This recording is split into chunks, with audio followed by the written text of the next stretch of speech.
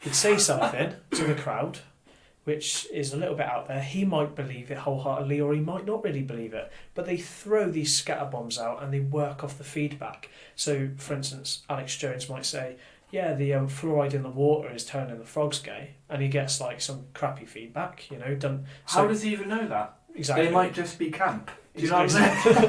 Yeah, they might be bi. Do you understand? just judging, isn't it? You know what I mean? So it's hate speech. Here we go, Pat. Come on, man. No, I'm joking. Not on the podcast. We'll save that for later. He'd throw something out, doesn't get a great response, but then he'd throw the Muslims out, and that gets a great feedback. Yeah, views. So completely. So he's completely been steered by his audience, and that's what Hitler did. Hitler was the same. He's a charismatic guy, not very well educated, but charismatic. He could hold a crowd, and he'd say certain things that resonated and other things that kind of bombed, and then he just stuck with the things that resonated, which was blame the Jews, scapegoat the Jews, and I don't know if you can. I know where you're coming from, but I don't know where you can kind of put Alex Jones and Hitler in the same. Nah, for sure. I'm not saying they're the same, but I'm saying it's the feedback loops and how you gain momentum with an idea is where some things might be nonsense and you might not even believe it when you throw it out there, but the response often can steer the agitator. Of course, and then like we said, it's essentially money driven. You've always got to be skeptical of, like, people who listen to this. You've got to think, what are Pat and Elliot gaining out of this? Loads of viewers. This is blowing up right now. Oh, it is. I can feel it. I can feel the shares. That's resonating with me. I'm sharing it on my Facebook. Let's just drop this in, little subliminal messages like let's share a moment together. But it's true. You've got to be skeptical. Whoever's speaking, be like, what is their agenda? And people are super good at doing that. If I bring up David Icke, for example, someone like a normie, we'll say, a normal person might be like, oh yeah, well, he's saying those things. He must have made loads off of his books, you know. Must have made loads of money, and he's doing speaking tours. And I don't know that, but they're like, he's done it for the money and the fame, though, hasn't he? Super skeptical. I'm like, yes, definitely question those things. Yeah, for sure. But question fucking government as well. Jesus Christ. Yeah. Don't be like, well, David Icke's probably doing that for the money. And you'd be like, fair enough. Maybe he is doing it for the money. Yeah. I don't think he is, to be honest. He seems like he's got integrity, doesn't he? I mean, that's just my point of view. But it's fair enough to ask that question. Yeah, for sure. Definitely. You can ask, is he doing it for the money? But do it with everything you listen to, for Christ's sake. Don't just be like, well, I'm very analytical, I'm very sceptical about all these conspiracy theorists. What are they doing that for? The views, the money? Then the BBC says, we've got another thing you've got to be scared about, guys. Be really scared. Oh my God, I'm scared now. For fuck's sake. It's true, man. You're definitely right. You should be critical of everything. You should have a critical mind. But the thing is, people aren't taught it in school. Man. People aren't taught to question things in school. They're taught right or wrong. And if you're right, i.e. you relay the information the teacher gave you, you get this on a test. And if you don't teach kids to think and question what they're being told, you really end up with quite a compliant population. And I don't think compliance is actually a good thing in a population. I don't think it leads to an elevation of consciousness. I don't think it furthers the human mind or progression. I think compliance, as more often than not, being used as a tool for evil. You got any sources for that, mate? When Don't say Nazi Germany. That's a conspiracy. Oh yeah. The thing is, we don't even need to look at history. China. We don't even need to look at history. Look at North Korea. Look at China right now. Extreme compliance it's deadly compliance, right? And that's all the government have got on. They've got them hooked up on propaganda. The people are not exposed to alternative viewpoints. They can't make their mind up. They're not taught to critically think, and they're also threatened with violence if they do critically think. And I'm glad I don't live there, but we need to be mindful. Because we're going to get to this point. For sure, man. Where do people think this is going to go? They think they'll just be like, well, yeah, David Icke can't speak, we'll take his Facebook off. Yeah. Where is it going to stop? Where is it going to stop? it won't stop because it won't stop. It won't stop unless people really, really start to wake up.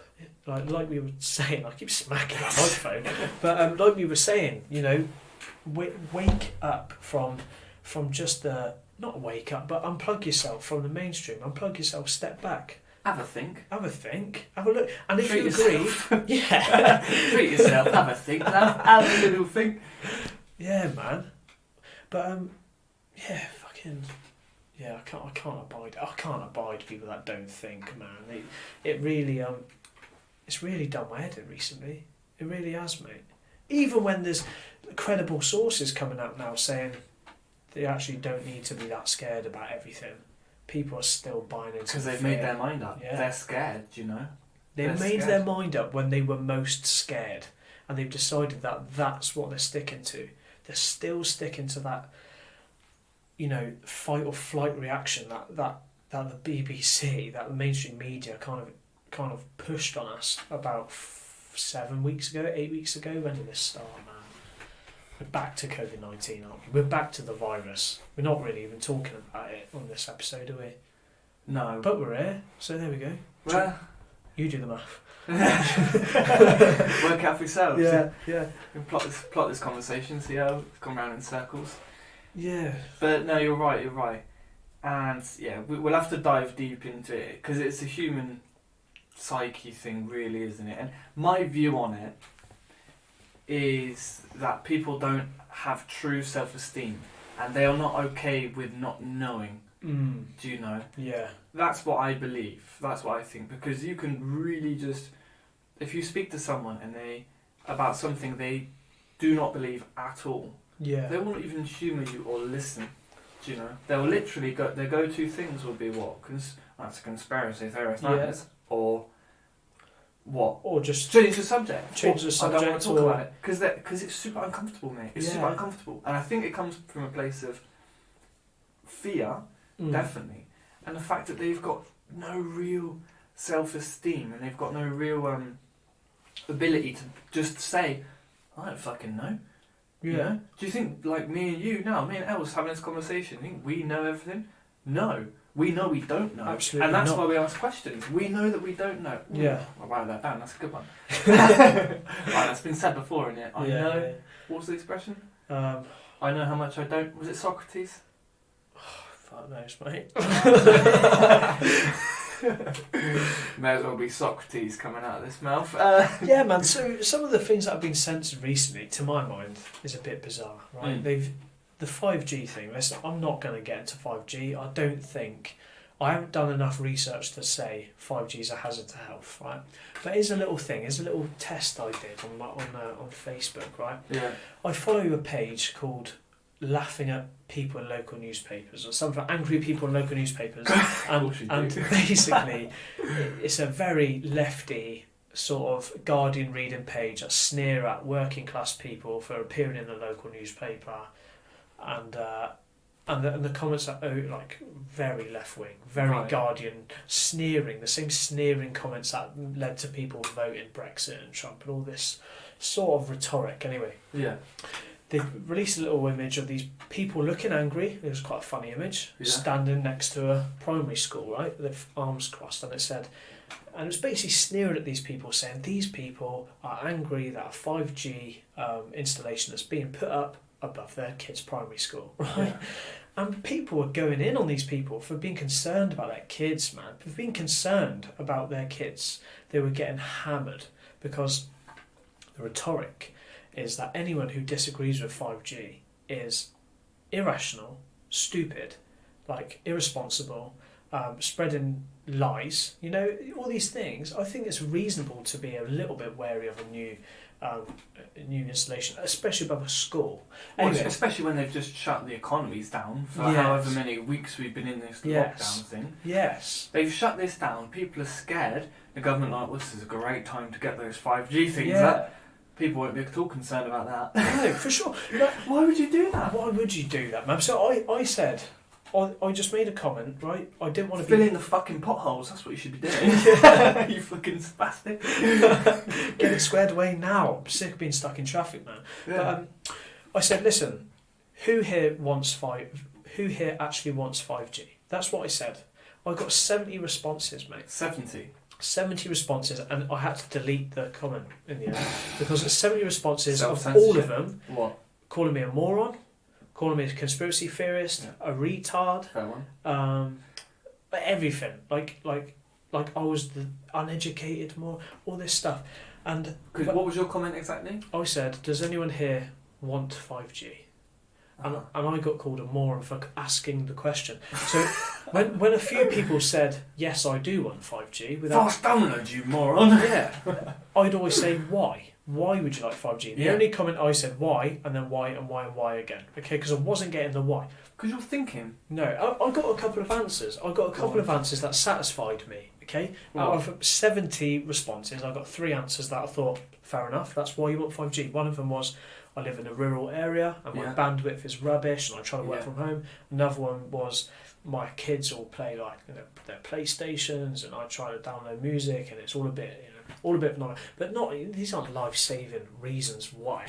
But I accepted them. I said, thank you for answering my question. But the other 67 comments were, you're a moron, you're stupid, you're uneducated. I'm thinking, man, I'm not uneducated, I'm pretty well read. I'm not mental for asking why. So you can see the level of programming. Yeah. Programming. People, 5G good. That's the level of programming people are at. And I'm a little bit like... Well, it's not just that, mate. It's not even 5G good. They've not even said, no, 5G is great because of all these benefits. Yeah. They've not even said that. They've said, why 5G? Yeah. Moron. Yeah. Retard. Yeah. That's not. Is that not hate speech? I swear that's in there somewhere. Get them done for hate speech. Get them done. Do you know what I mean? It's just, oh man. But yeah, I deleted it because I thought, well, I did that as a little test, and just I like prodding people, man. I like pulling threads and seeing where people are at, and learning where I'm at as well. Because I kind of came away thinking, well, 5G might be all right. You know, I don't know. I haven't seen any evidence. Well, you wanted to find out. Exactly. Essentially. Exactly. The reason, you say prodding people, and would it be fair to call you provocateur? Yeah, but that's a loaded word, isn't it? Because Milo Yiannopoulos. Oh, mate, he's another one. I wrote his name.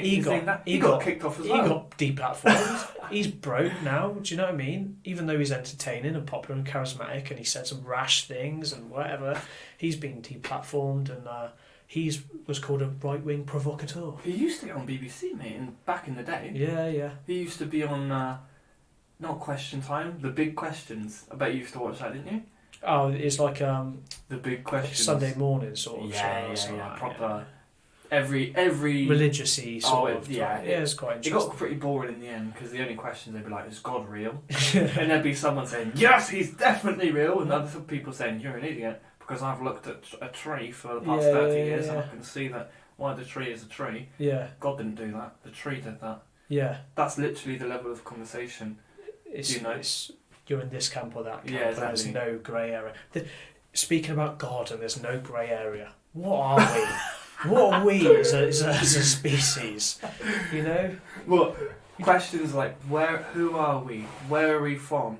People are like, well, I know who I am and where I'm from 100%. Yeah. Oh, okay then. I'm from Litchitmush. So, it's a mad one, man. It's a mad one, but people don't want to know. Where are we at? Milo Yiannopoulos, whatever his fucking name is. Yeah. Is that hate speech to mispronounce his name? Because he's Greek. But he is white. But he is gay. Ooh! No, but you're not saying anything bad about him being gay just by mispronouncing his name. What you're you're just doing being racist towards Greeks, mate. Or, mate, if you pronounce his name Yiannopoulos, as the Greeks do, I'm sure they do. Yeah. Cultural appropriation. Well, it is, isn't it? How dare you try and speak with a good accent? Yeah. It's no, they don't. People, to be fair, people don't say that, but they do with like, what is cultural appropriation? They say if I had dreadlocks or whatever. Yeah. If I wrote a rap, if I was a rapper, that's cultural appropriation. Nah, mate. You don't think? What? Because you're white. Well, I don't agree with cultural appropriation. I think it's absolutely Newspeak, isn't it? It's newspeak. It's the whole concept of it is absolutely ridiculous, and it's to keep people in their little boxes of you're white, you're black, you don't get on with him because your ancestors did this to his ancestors. It's mad, isn't it? And you're a victim because of this, and he's in power because of this. And it's like, whoa, man, like. Take your power back a bit, do you know? Yeah. Take your power back just a little bit. Yeah. How is it, mate? We've gone from like Martin Luther King having that speech, saying I dream to live in a world there where was my no colour. kids are not judged on the colour of their skin, but the character, quality of their character. Quality of their character. Yeah. He wants people. I don't know what the quote is, but it's like people to be judged on the quality of the content of their character rather than the colour of their skin. Yeah. Irrelevant. 100% agree. That's it. I mean, 100% agree. But where have we gone from there? We've gone from all right.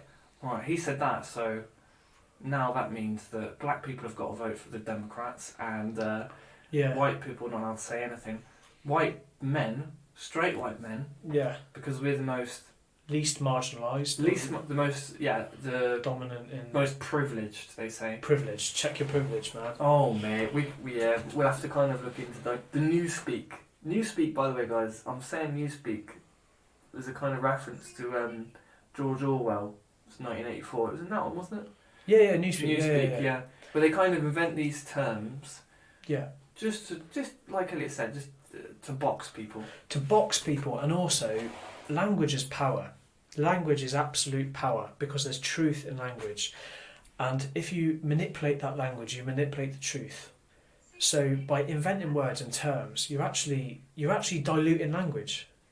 Are you taking the mick out of my hands again? No, mate, I'm not. It's just my girlfriend's playing audios in the background. That's alright, we'll shut the door next time. Absolute shambles, isn't it? That's alright, it's the pilot episode. It's the pilot episode. Yeah, but we are the pilots.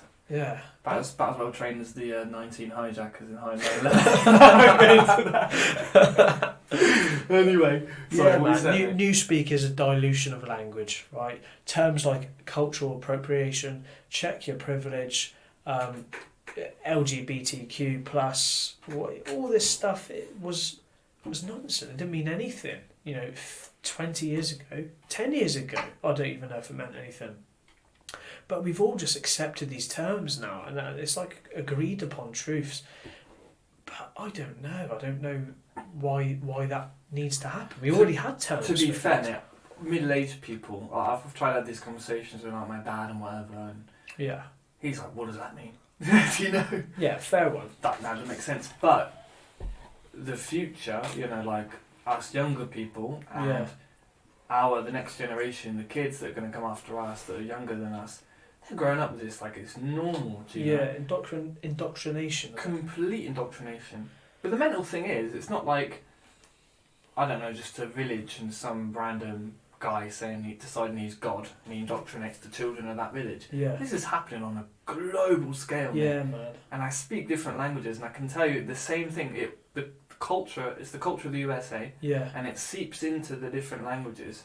In Spain, they're having debates about saying, because they say chicos, for guys, instead of like chicos y chicas. They're trying to find like a gender neutral term. So for like, it took me ages to learn that fucking language. Don't change it. Like in Italian, same thing. Ragazzi, but that's for boys and girls. Why are we doing this? No, but that's the same. That's the same thing. Yeah. Mate, in Italy, they're a little bit more conservative. Bit based, mate. Bit red pilled in at least still. I don't know if you call it red pilled, but they're just a bit. I don't know. 50 years behind. Yeah, they don't like. But that's a good thing nowadays. Well. Gives them a chance at least. They're going to catch up, man. They're catching up already. It's going to take a little while because they're a sort of fragmented country in many ways. Big divisions between wealth between the south and the north, and region by region they're like different countries. Italy's an interesting one.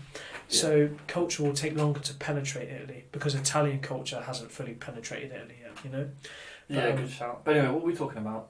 We talk about the globo homo fucking nonsense that's being pushed in every aspect of media. Media's the key here. You see it in... They rewrite history, man. You look at the BBC depiction of, like, Victorian London, every other person's black. And it's like, hang on, man. Hang on. I said... I'm not saying where have you seen this? Look at, like, Doctor Who and, like... Oh, right, okay, so you're not saying the actual documentaries. No. But you're saying the... Like the CVs. dramatisation of Victorian I London. thought about that. And it's like, it's rewriting history. Because why are they doing that then? Because equal opportunities for actors, maybe. I'd kind of accept that. I think acting's acting. You can play, but they don't give a fuck about the normal persons. You know, this is the thing I'm always thinking about. Like equal opportunities and that. They're not doing that because they want to give black people a chance. No, it's under the guise of that. Yeah, I don't know what ends they're trying to do it. Maybe to make people kind of us get angry about it. I think the end is a dilution of culture to the point where we're so willing to accept a global monolithic culture, aka fucking Disney culture, American culture, whatever culture they're pushing. I think because we erode our own history, we erode our own failures and successes in the world, and we depict Victorian London as having loads of black people and gay people and all this stuff that was not there. It was not there. Not in great number. Not in the number that is depicted in dramas. You know. Yeah. And I just think, why do that? Because black people have their own incredible history. Gay people have their own struggle. That would be interesting for me to look at. But I don't need to see a black face in every scene of a BBC documentary on Tudor Britain. I think, not documentary, but, dramatisation. I just think it's disingenuous. It's misleading. I don't like dishonesty. I don't like being misled. And when you're being misled, you need to think, where are we going? Uh-huh. You know? And if you're not going towards the truth, you're going towards the lie.